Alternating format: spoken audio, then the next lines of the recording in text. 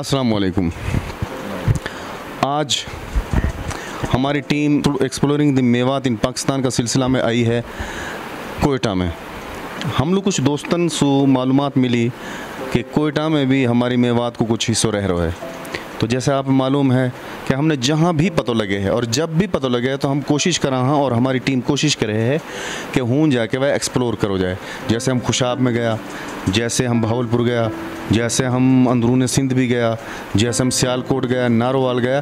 तो आज ऐसे ही हम आए हैं कोयटा में। तो हीन हमारो एक बहुत ही प्यारो सो भाई बैठे हुए हो साजिद साहब, तो उनका हाथ में मैं माइक दूंगा और मैं उनसे कहूँगा कि वह खुद ही अपना एक मुख्तसरन सो जो है ना तारुफ करवाऊँगा। मेरा नाम साजिद अफसार है। मेरे वालिद साहब 52 में कोयटा आए थे जॉब के सिलसिले में, लेकिन ये इलाका और ये शहर उन्हें इतना पसंद आया कि उन्होंने यहाँ पर मुस्तकिल रिहाइश अख्तियार कर ली।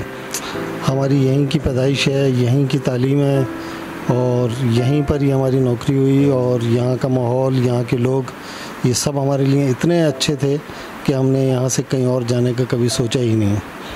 और हमें बड़ी खुशी हुई कि आपने किस तरीके से हमारा पता लगाया कि हमारी बिरादरी के लोग यहाँ पर भी हैं और आप यहाँ तक पहुँचे। ये बहुत हैरानगी की बात है। बहुत इत्तेफाक होता है कि हमें कोयटा में कभी कोई आए इस तरह में मिल जाए कि वो हमारी बिरादरी से ताल्लुक़ रखता हो, लेकिन यह है कि बहुत कम लोगों को हम यहाँ कोयटा में जानते हैं। लेकिन कोयटा में हैं लोग, लेकिन राब्ते में नहीं है हमारे साथ। तो हमने एक बात सुनी ही कि कोयटा के अंदर तकरीबन 2000 के करीब मेव आबाद हैं। तो अफसोस की बात यूँ है कि एक दूसरा से कोई राब्ता में ना रह रहा और अपनी मसरूफियात में ज़्यादा लगा हुए हैं। तो अब आइंदा इंशाल्लाह हम कोशिश भी करेंगे। तो साजिद साहब से भी हम पूछेंगे कि वाकई ही रह रहा और गवादर के बारे में सुनी कि हूँ भी रह रहा। तो आप भी थोड़ा सा बताओ जी यार, आइंदा आप राब्ता भी करनी। कोयटा में हैं तो बहुत लोग और कभी कभी ऐसा इत्तेफाक होता है कि एक रेफरेंस से दूसरे रेफरेंस तक 1-2-4 मुलाकातें हो जाती हैं और उसके बाद फिर राब्ता नहीं रहता। या तो लोग ट्रांसफ़र होकर आए होते हैं और फिर वापस पोस्टिंग हो जाती है। लेकिन ये पता है कि कोयटा में हैं, अच्छी खासी तादाद में मौजूद हैं, लेकिन उसकी एग्जैक्ट हम तादाद नहीं कभी भी कर सके कि कोई अगर किसी एक स्टेज पर हम इकट्ठे होते और सबको इकट्ठा करते तो हम इनको अंदाज़ा लगा सकते थे। लेकिन ये एक अंदाज़ा ज़रूर है कि एक अच्छी तादाद में यहाँ पर वो मौजूद हैं कोयटा में भी।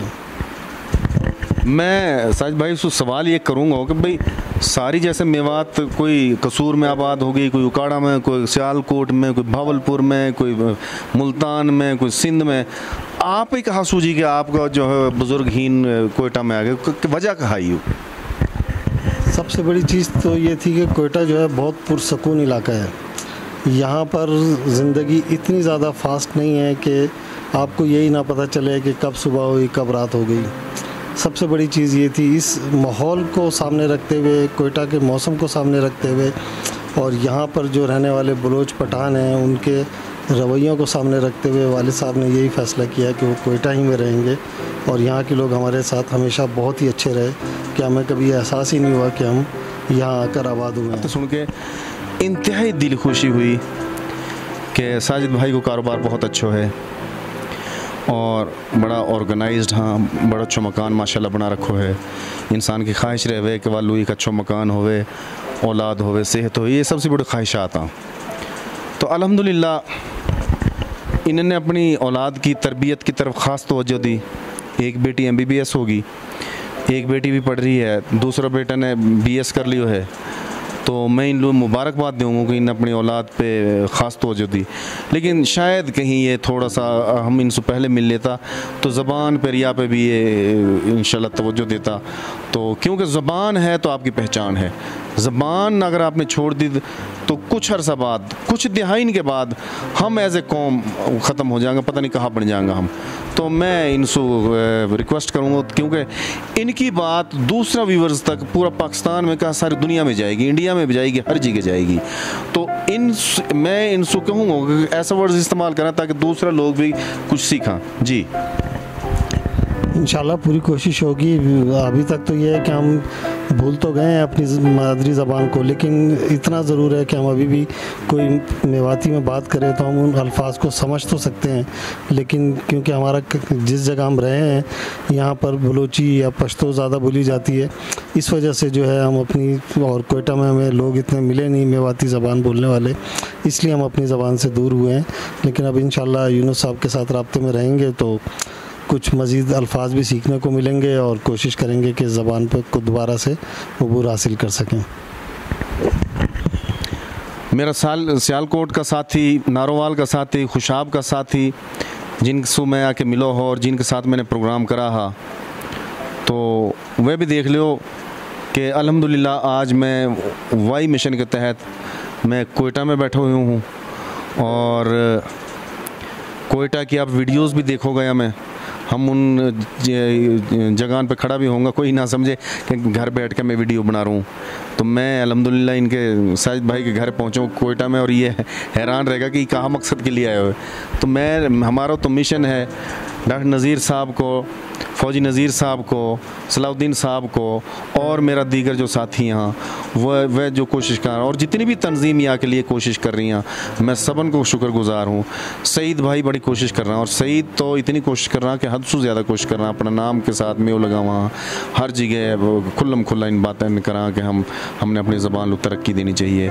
फिर मेरे और कई चैनल मीडिया पे जो या चीज़ के लिए पूरी कोशिश कर रहा, कई न्यूज़ चैनल है लाहौर में, परवेज़ इकबाल को और दूसरा कई मेरा भाई हैं जिनका चैनल चल रहा है और वो बड़ी अच्छी खिदमत सर अंजाम दे रहा, और रियाज नूर को चैनल है वह बड़ी, और जो जिनका नाम भी याद ना हा वह मेरा भाई बहुत ही अच्छी कोशिश कर रहा और मैं उनसे दरख्वास्त करूँगा कि और ज़्यादा निखारियाँ मिलावा और एक दूसरे के साथ मिल के चला, एक दूसरे की लातन मत खींचा, अपनी ज़ुबान के लिए कोशिश करा, अपनी कौम के लिए कोशिश करा।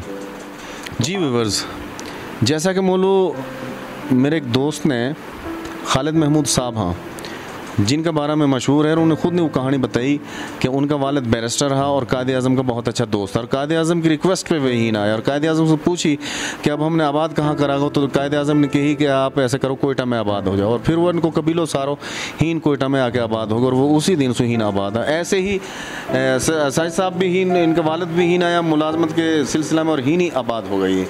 तो हीन काफ़ी तादाद है, 2000 है, ज़्यादा है, कम बेश है, तो हीन काफ़ी तादाद है और उनने ही बात कही गवादर में भी आबाद है। तो मैं इनसे रिक्वेस्ट करूँगा कि आइंदा आप ये तादाद के बारे में बताएं और अपनी ज़ुबान और अदब के लिए मेहनत के बारे में बताएं, तो क्या क्या करना चाहिए हमें। देखें, आपके चैनल की वजह से अगर कोयटा में जितने भी मेऊ हैं और वो इस चैनल को देख रहे हैं तो लाजमी तौर पे जब वो देखेंगे कि कोयटा में कोई और भी है तो हो सकता है इस तरह से हमारे राब्ते बहाल हो जाएं और हम एक दूसरे को जल्द से जल्द मुलाकात भी हो और राब्ते भी हो सकें।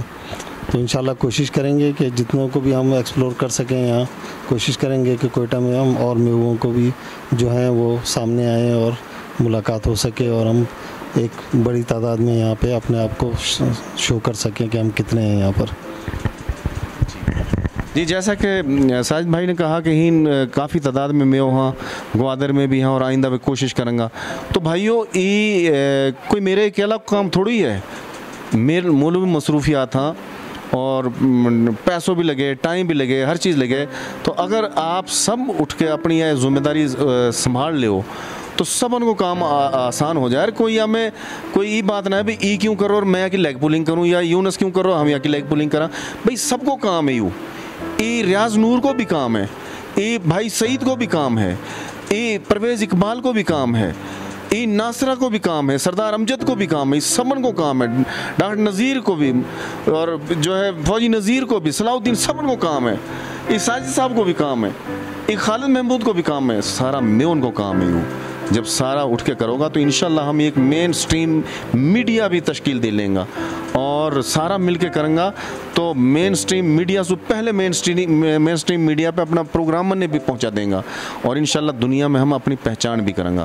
तो सारा का सारा उठो भाई, एक दूसरा से तुमने कोई जलनो ना है, एक दूसरे की लेग पुलिंग ना करनी, एक दूसरे की मुखालफत ना करनी। सारा भाइयाँ सारा अपना अपना तौर पर जितना कोई कर सके, किताब लिख सके, कोई प्रोग्राम बना सके, कहीं की आवाज़ अच्छी है वो गा सके है, और कोई ओल्ड पोइट्री है वह नए अंदाज में पेश कर सके है तो वह करो।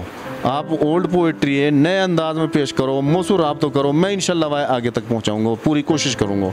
आप अंदाज़ा लगाओ कि अगर मैं औलख से बैठ के हम शुजाबाद पहुंच सका हाँ, अगर मुल्तान पहुंच सका हाँ, अगर भावलपुर पहुंच सका हाँ, अगर मिंचनाबाद पहुंच सका, सुकानंद पहुंच सका, अगर खुशाब पहुंच सका, अगर हम अंदरून सिंध का साथी का जाके इंटरव्यू कर सका, अगर हम कोयटा आ सका, अगर हम नारोवाल सियालकोट जा सका, तो क्या हम उनको वो प्रोग्राम पेश ना करवा सकेंगे?